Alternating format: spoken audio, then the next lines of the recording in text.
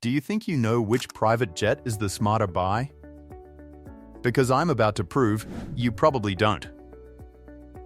On one side, you have a $75 million Bombardier Global 7500, the undisputed flagship of business aviation. 4 cabin zones, a real bedroom, a stand-up shower, the ability to fly non-stop from New York to Hong Kong without ever touching the ground. On the other side, you have a $15 million Embraer Phenom 300E, a single-pilot light jet that fits inside a regular hangar. By every metric the brochures show you, the Global 7500 wins. It's bigger, it's faster, it's longer range. It costs 5 times more, so it must be 5 times better, right? Wrong. By the end of this video, you'll see why the data overwhelmingly proves that for 90% of wealthy buyers, the $15 million light jet is the smarter purchase. And you'll see exactly which kind of buyer the $75 million flagship is actually built for. Stay until the end, because the math at the finish line is going to shock you. If you appreciate the kind of analysis that breaks apart luxury marketing with hard data, make sure you subscribe and tap the bell right now, because we're about to put 2 of the most coveted aircraft in the world in a head-to-head fight, and the result is going to surprise everyone. The mission reality. Before we look at the airplanes, we have to look at how private jets are actually used. This is the part of the conversation that brokers don't want you to focus on, because it sets the entire foundation for the comparison. Here's the data from 2025. Across all North American business jet flights, 58% of departures were under 500 nautical miles. 28% were between 500 and 1,000 miles. Add those together, 86% of every private jet flight in the most active market on Earth was shorter than 1,000 miles. The average light jet flight lasts 1 hour and 21 minutes. The average large cabin jet flight lasts 2 hours and 16 minutes. The median wealthy owner flies between 200 and 350 hours a year and rarely flies more than 4,000 miles in a single leg unless they're taking a planned international vacation.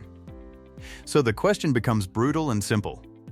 Are you really buying a $75 million airplane to handle the 2.4% of flights that are longer than 2,000 miles? Or should you be buying the airplane that's optimized for the 86% of flights you'll actually fly?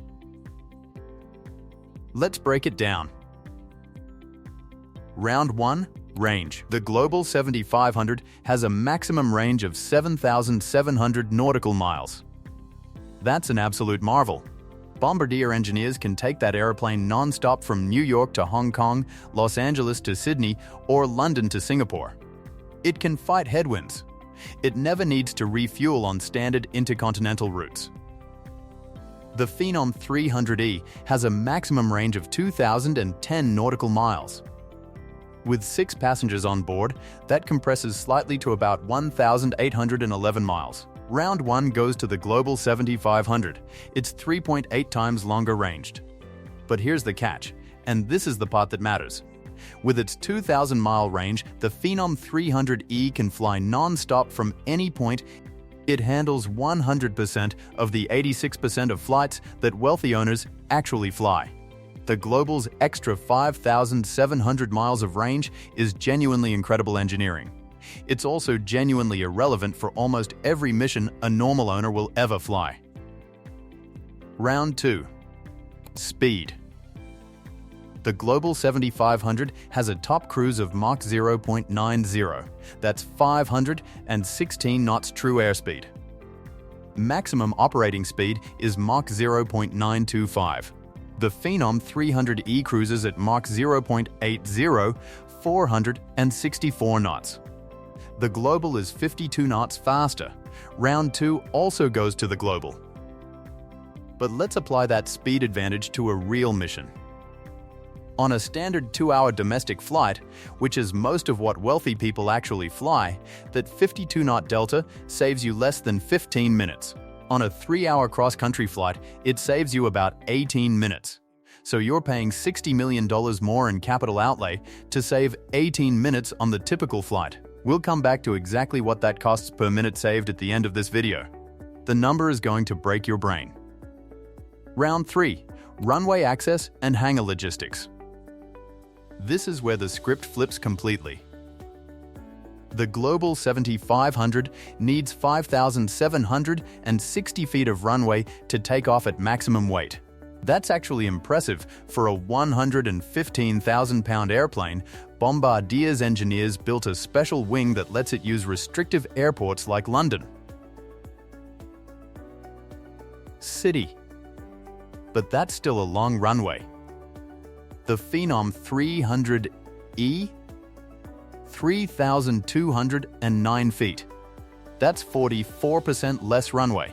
And that single difference unlocks thousands of small regional airports across the United States and Europe that the Global physically cannot access.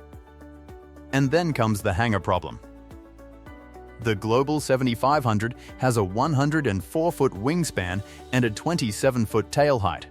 To park it indoors, you need a Group 4 hangar with 28-foot doors, and that infrastructure is incredibly rare and incredibly expensive. The Phenom 300E has a 52-foot wingspan and a 16-foot 9-inch tail height. It fits in essentially any standard corporate hangar in the world. So in real-world operational terms, the Phenom can take off from more airports, land at more airports, and be parked at more facilities than the Global. Round 3, light jet wins decisively. Round 4, the cabin.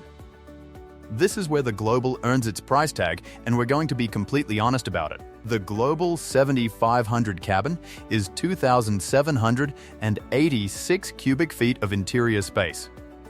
That's 8.5 times larger than the Phenom. It's 6 feet 2 inches tall, full stand-up. 4 distinct living zones. A club lounge. A dining and conference room. An entertainment suite, and yes, a permanent master bedroom with a real bed and an ensuite stand-up shower. There's a circadian lighting system designed specifically to fight jet lag. Cabin altitude at 41,000 feet is just 2,900 feet, meaning passengers arrive after a 12-hour flight feeling physically refreshed. Compare that to the 6,600-foot cabin altitude on most light jets. A difference that translates to noticeably less hypoxia-induced fatigue on long missions. There's a full galley with multi-course catering, a dedicated crew rest area, a Saffron auxiliary power unit so the cabin is climate-controlled before anyone even boards. Compared to that, the Phenom 300E cabin is 324 cubic feet. 4 feet 10 inches tall, passengers must stoop to walk through. One single zone. An enclosed lavatory. A forward refreshment center, but no real galley. No master suite. No shower, no APU, meaning if you want air conditioning on the ground, you either plug into a power cart or run the right engine. So is the Global cabin better? Absolutely yes. Round 4 goes decisively to the Global. But here's the catch. The average flight in the Phenom is 1 hour and 21 minutes long. You don't need a bedroom for a 90-minute flight. You need a comfortable seat. And here's the great equalizer the Global used to dominate cabin connectivity with Ka-band satellite internet.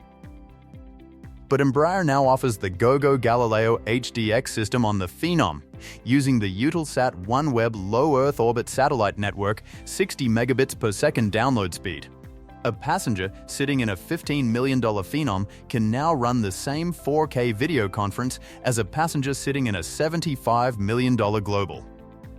The connectivity gap closed. Quick break. I want to know something honest. After what we've covered so far, the range, the speed, the runways, and the cabin, has your perspective on which jet makes more sense started to shift? Drop it in the comments below. Now let's talk about the part that really matters. The money. Round 5. Crew and operational complexity. The Phenom 300E is certified for single pilot operation. That means an owner with the right type rating and insurance can legally fly it themselves. Most wealthy owners still hire a captain. Pilot salaries on light jets are between $130,000 and $155,000 annually. No flight attendant required. Crew logistics are minimal. The Global 7500 demands a professional flight department, 2 highly qualified pilots minimum, plus a flight attendant to manage the cabin and galley. And because of the global pilot shortage, Global 7500 captains earn between $306,000 and $386,000 a year. Add the first officer, the flight attendant, training, benefits, per diems, and full annual crew costs on a Global 7500 routinely exceed $800,000. And on long missions, a 14-hour New York to Tokyo flight, duty time regulations mean you need 3 or 4 pilots rotating in shifts. Round 5, light jet wins again. Round 6, depreciation. This is the silent killer. The Phenom 300E is the most delivered light jet in the world for over 12 consecutive years. The fleet is huge. Parts are everywhere.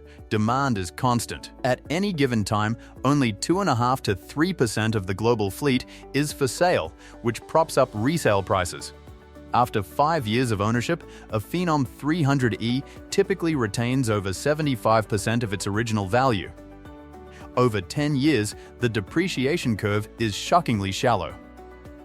The Global 7500? Heavy jets historically depreciate harder. And the curve is about to get steeper because the Global 8000 is now entering service, meaning the 7500 is no longer the flagship. Over a 10-year holding period, a Global 7500 typically loses around 50% of its acquisition value. On a $71 million airplane, that's roughly $35.6 million of pure equity gone. That's not fuel, that's not crew, that's not maintenance. That is wealth that disappears from the balance sheet just by holding the airplane. Round 6, the light jet wins by a brutal margin. The 10-year total cost of ownership. Now we get to the math. The full 10-year total cost of ownership at the median wealthy owner flight profile of 300 hours per year. Phenom 300E. 10-year fixed costs, about $4.76 million. 10-year variable costs at $2,300 an hour, $6.94 million. 10-year operating total, $11.7 million. Add in $5.26 million in depreciation. Total 10-year wealth extraction, about $16.98 million. Now the Global 7500. 10-year fixed costs, $11.6 million.